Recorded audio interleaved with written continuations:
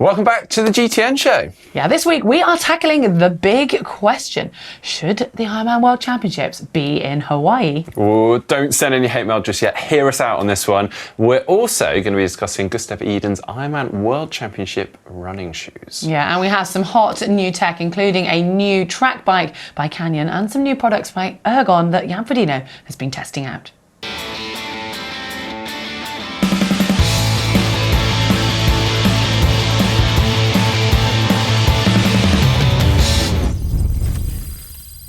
All right, it's time to take a look through some of the things we've spotted online this week. And there's actually quite an array. And this first one's just a really lovely post by Heather Jackson that's got a lot of likes from a lot of other pros, actually, as she's cruising along on her bike with her puppy on her shoulder. And I would suggest watching this video on repeat if you're having a sad day, because it just makes me smile.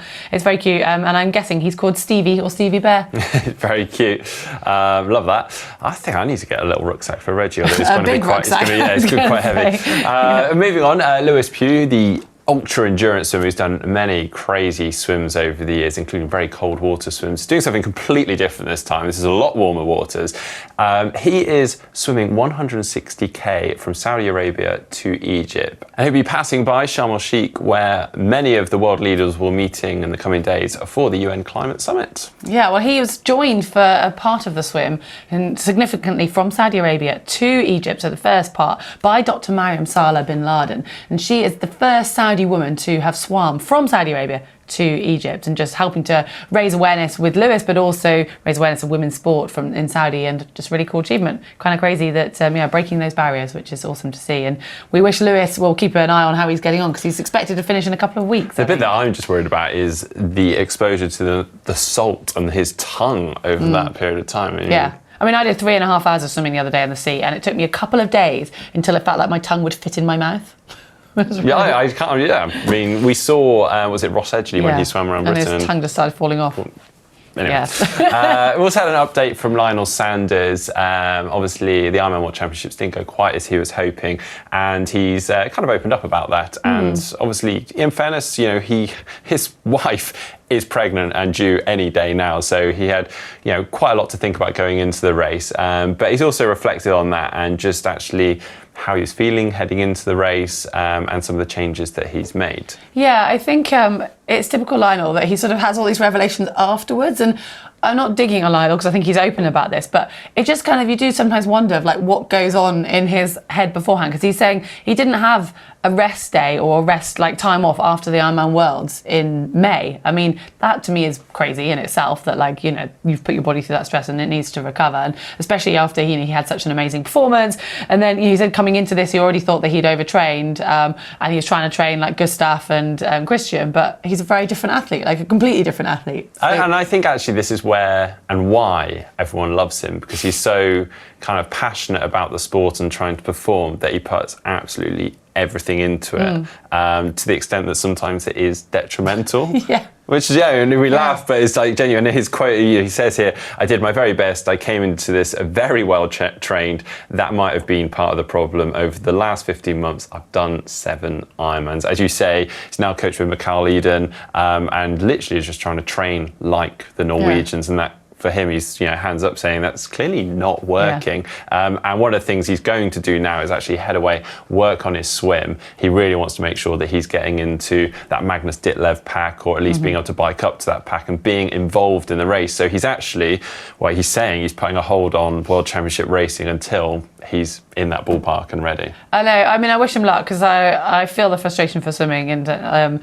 if you've not come from the swimming background, it just shows it's so tough. And he's been there, done it, and worked on it, but it hasn't quite clicked. So maybe this time will be the time it clicks. I mean, he has come second at the previous World Championships, so he's a pretty formidable athlete, but very open with it as well. Yeah, also lovely to see Chelsea Sodara, Ironman World Champion for 2022, getting some exposure outside of triathlon, and with a bit of a legend, Lizzie Dinan, who, I mean, she needs no introduction, basically saying mumspiration, which is awesome. I love that. Yeah, it's really cool.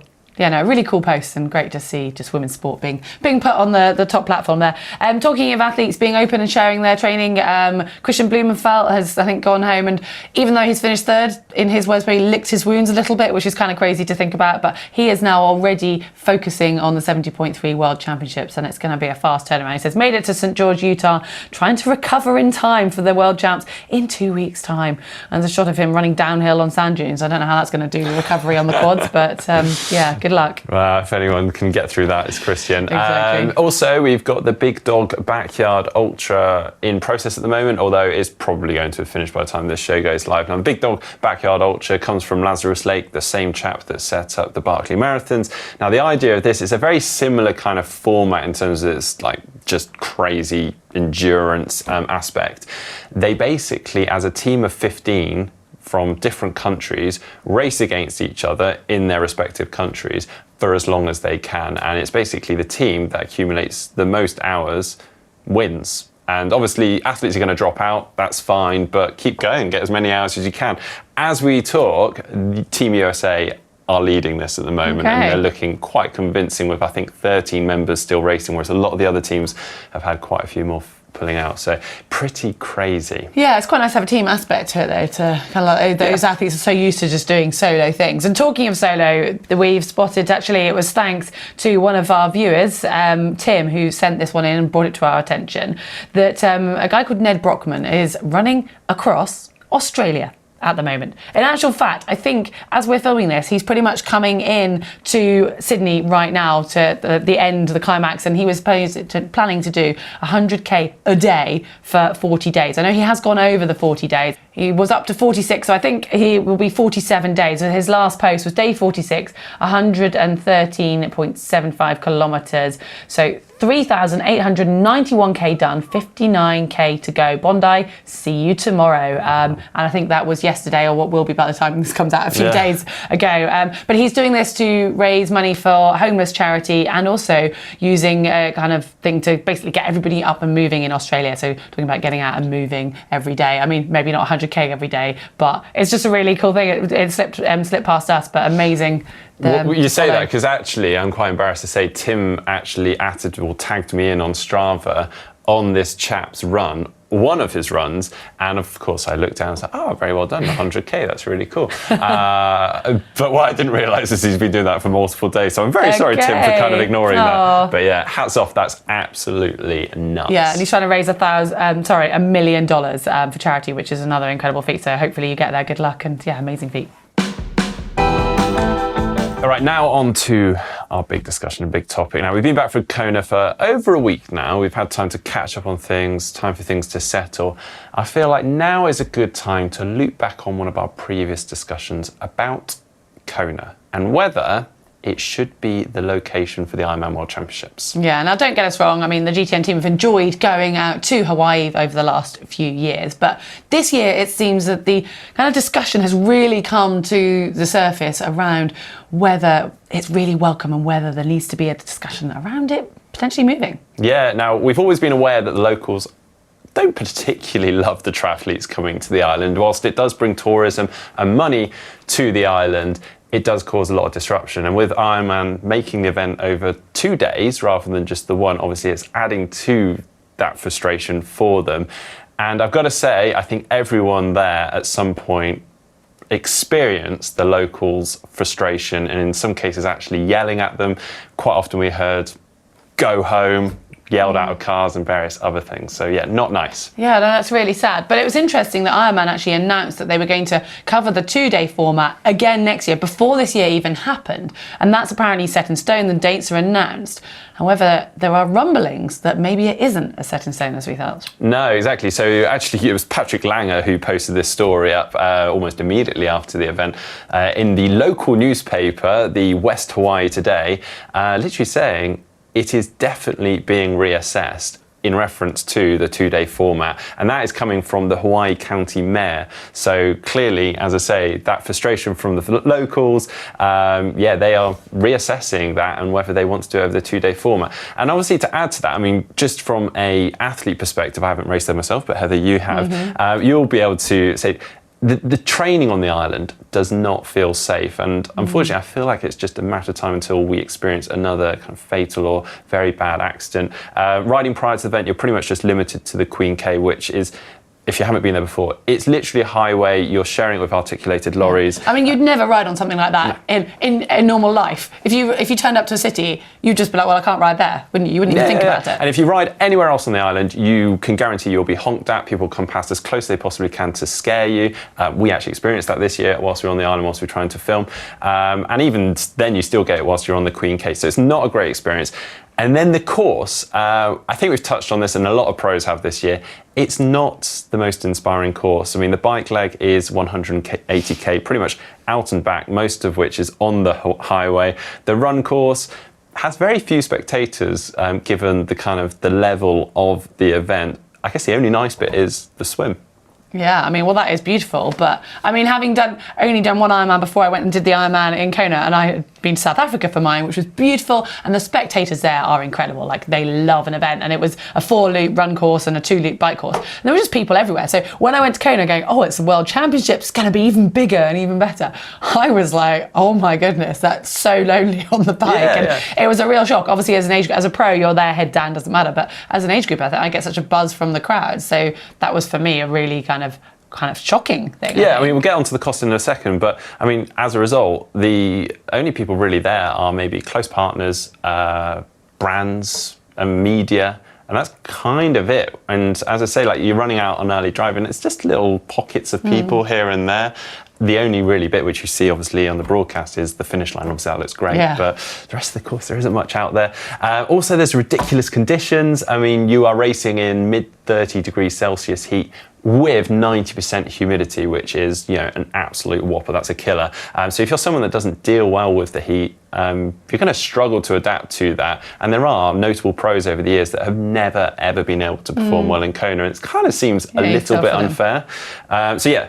Cost, I don't think this is a secret at all. Obviously for US athletes, maybe not as costly as those coming from further afield like Europe, but I mean, I've heard people talking it costing them tens of thousands of pounds easily. Yeah, I mean, it does just make the sport more elitist, doesn't it, I guess, with the World Championships being there. And I do find that's quite sad when it's not necessarily the best athletes going to a World Championships, and that's like takes away the purity of it. But with the age group field anyway, or it's like, you know, you save up for it and it's a big family trip, and it's sort of, but then it's just one person in the family doing it and the rest of the family kind of got to go. I mean, imagine what sort of holiday you could go on for 10 grand. Well, exactly, 100%. And I obviously appreciate, you know, if you're a US athlete coming over to Europe, it's going to cost you a lot, but Hawaii is just expensive generally. So even as I heard a lot of US athletes even saying just buying food out there, it's nuts, and the accommodation is nuts as a result.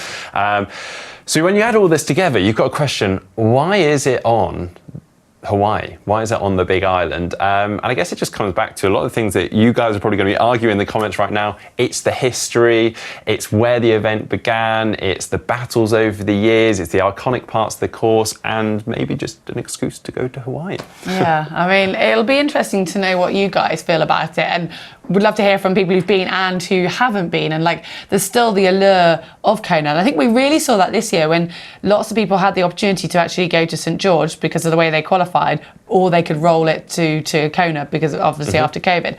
And there was a lot, even one of my friends who was like, oh, I'm going to wait another year because I actually want, if I'm going to do a World Champs, and I'm probably going to do one, I will want to do it in Kona, not do it in St George, even though I qualified for St George. Yeah, so, I totally get that. Yeah, but I wonder if that will start to change as it trickles down of these maybe negative stories coming out of it. Maybe people will be like, oh, well, maybe less Liverpool. Yeah, well, let us know in the comment section down below.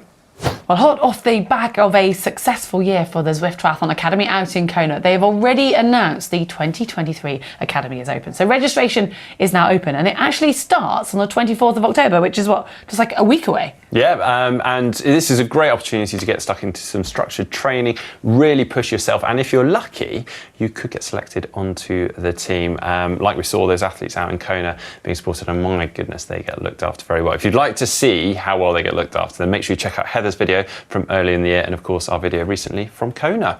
There are some slight changes to the Academy for 2023. So Canyon have now partnered as their official bike sponsor or bike partner. So each athlete selected onto that team will get a state-of-the-art Canyon Speedmax, which will be custom painted in Germany. With that, they also get bike fitting, aero testing on the velodrome, also technical advice and whatnot. So pretty darn cool. Yeah, now the benefits of Canyon being involved don't end there, because we have heard that there's a rather significant athlete who rides a Canyon Speedmax is going to be helping with some mentoring and advice. Yeah, none other than Jan Frodeno.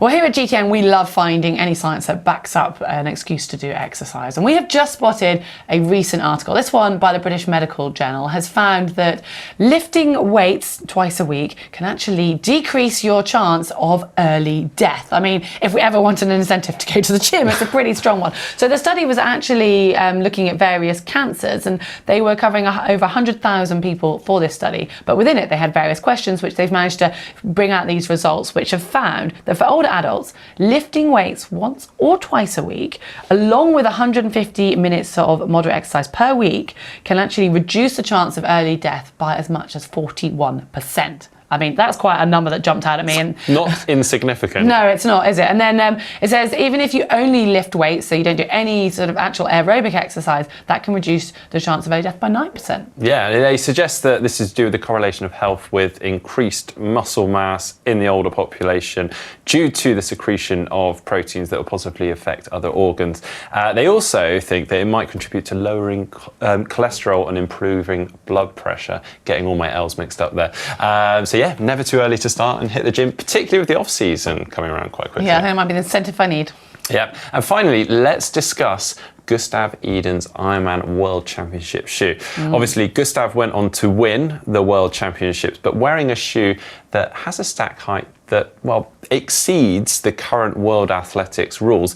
But these rules aren't followed by Ironman, so it seems.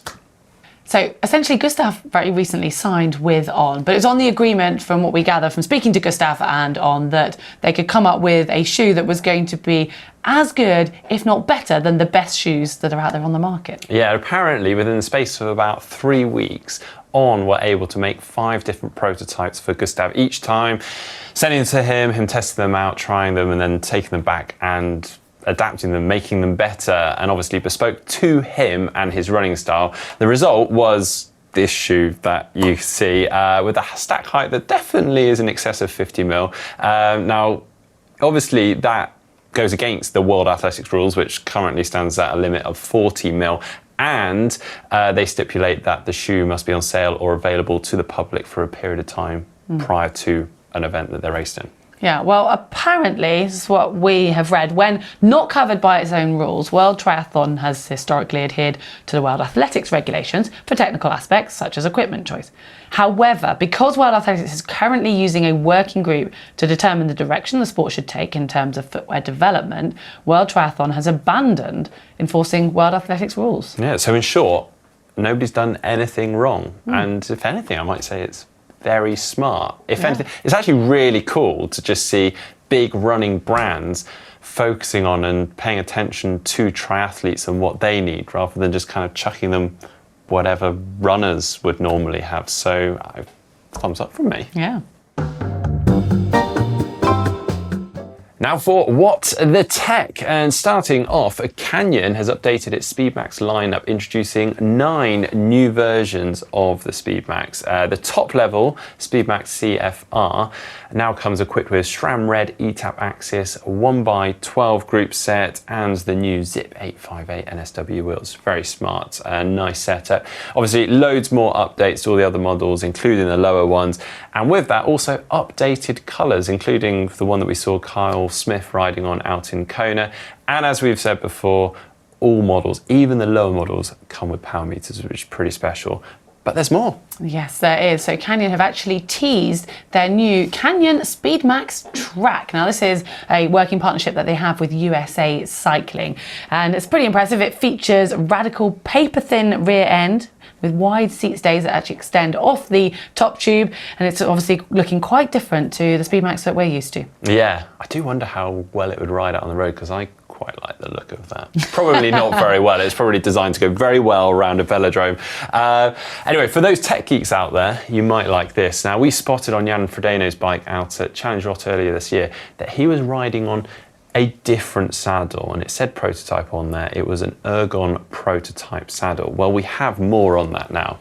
So Ergon have actually been making parts for triathlon for a number of years already. So they make the pads on some of the aero bars and the grips on the Canyon Speed Max. They do a very good job at that. But they've obviously decided to expand their reach within triathlon with what they're calling Project Tri, and that's being headed by Jan Frodeno and Imogen Simmons. The details are kind of vague at the moment, but given their ergonomic expertise, we imagine the end result's going to be quite good.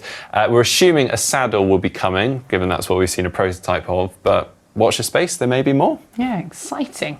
Well, talking of exciting, we have the winners to announce from the Met helmet giveaways. With 3 helmets, a choice between the Met Manta Mips and the Met Trenta 3K Carbon Mips. And the winners are... We've got Stefan Kleinens, Alistair Driver and Ben Campbell. Woo. Yeah, congratulations, guys. Okay, now for the race news. We've only really got 3 main races this weekend, 2 70.3s or middle distance races. Firstly, Ironman 70.3 Portugal. On the men's side, that was won by Menno Koolhaas. Second, Matthijs Margeria, and third was Andrea Salversberg. Yeah, the women's race was won by Marta Bernardi. Second went to Nikki Bartlett, and then third place was Jade Nicole Roberts. Yeah, we also had Challenge Mallorca, which is quite a lumpy and challenging course. That was won by Jonathan Wyeth. Second, Andrea Pizzagelli, and third was Thomas Bishop. Now, the women's race was won by Imogen Simmons, who was a fairly last-minute entry. I think she's still on her rehab program, but she won by a significant amount, actually almost 5 minutes ahead of Anna Reichman. And then significantly in third place was Fenella Langridge, who had just finished 6th at Kona only just over a week before, which is incredible. Yeah, and probably not masses of training in between. I think from what I heard, there were a few drinks involved. Yeah, good for her. So yeah, very, very impressive. We also had the Utelo World Series over in Cannes. The men's side, that was won by Hugo Tormento and Max Anderson of Team Arc Swimrun. Yeah, then the mixed team, so lots of actually names you might recognise from the World Championships, because again, it was Alexis Cherrier and Desiree Anderson who won the mixed, and they broke that incredible record at the World Champs. But it was a new pairing that were on top of the podium for the women's. So Sabina Rappelli actually had a new partner in Johanna Paulsen, and they won the women's race. Yeah, now time to take a look through some of your photos that you've been sending in to us. Don't forget, you can send in your photos, videos, whatever you like of you training, racing, and you can use the photo uploader on screen right now or the description down below. This week, we've got this one firstly from Peter. He said, even though tri-season is over in the Northeast, I pulled out the tri-bike for one more ride on a beautiful full day in the Catskill Mountain in upstate New York. And that looks absolutely beautiful. I was actually out there recently, near the Catskills, having a look at it. It was very cool. So yeah. Beautiful colours. I do love this time of year for those autumnal golden hues. So thanks for sharing that one. We are back to Kona for this next picture. It's been sent in by Andrew. There's Canyon Speed Max, and he says a selection of pictures from transition through to bike, run, finish of my first time in Kona after a long journey to qualify. And he says feel free to choose which photos, because we have certainly got a great selection from Andrew here. So some in the bike racking, out on the course, high-fiving. Some serious sunburn with his numbers. Yeah. Keep those ones for a while. Yeah, you probably will do. But yeah, great to see. Thanks for sending that one in. And like Mark said, we're kind of going into transition area now, or season. So if you're maybe setting up your pain cave or something like that, feel free to send in anything tri-related. Okay, now finally we've got the Caption competition, and last week we had this photo from the Ironman World Championships with one of the volunteers balancing the bottle on her head whilst also handing out bottles, which is quite impressive actually. I guess she was entertaining herself during the long day. Yeah, great captions coming in from you guys. So firstly from James Bilbury, 30-second penalty if the bottle falls off my head. Next we have Shark Vandermerve, who says the key to a good race is a balanced race day nutrition and hydration plan. And from Buddy, the all-new bottle service for athletes and also a fitting height for Ditlev. He is quite tall, to be fair. Yeah. And then we have Ivan Chetkovic, Kovacevic, who says to win an Ironman, you need to be ahead of the competition. And for the winner this week, it's from Andre Richter. With this drink, you are heading towards victory. Nice. Well, congratulations, Andre. Do get in touch and we will send out a GTN bottle to you. And for your chance to win something from GTN, we have this photo here from the Ironman 70.3 in Venice. And we're going to get the ball rolling with Mark. I'm going to get hands down best race I've ever done. Hands are up. Well, yeah, but he's obviously about to pose. Obviously.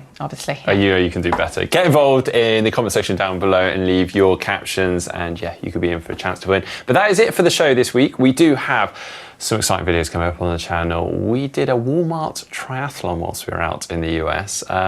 I don't think that needs any explaining. Just tune in and watch that. Yeah, I'm looking forward to seeing it. Do check out the GTN shop. We've still got some of these Kona special edition t-shirts for you to get your hands on. If you've enjoyed this show, do give us a like, and remember that globe, click on it, subscribe, you won't miss any videos. And here's one for you to take a watch of now, the Zwift Triathlon Academy 2022.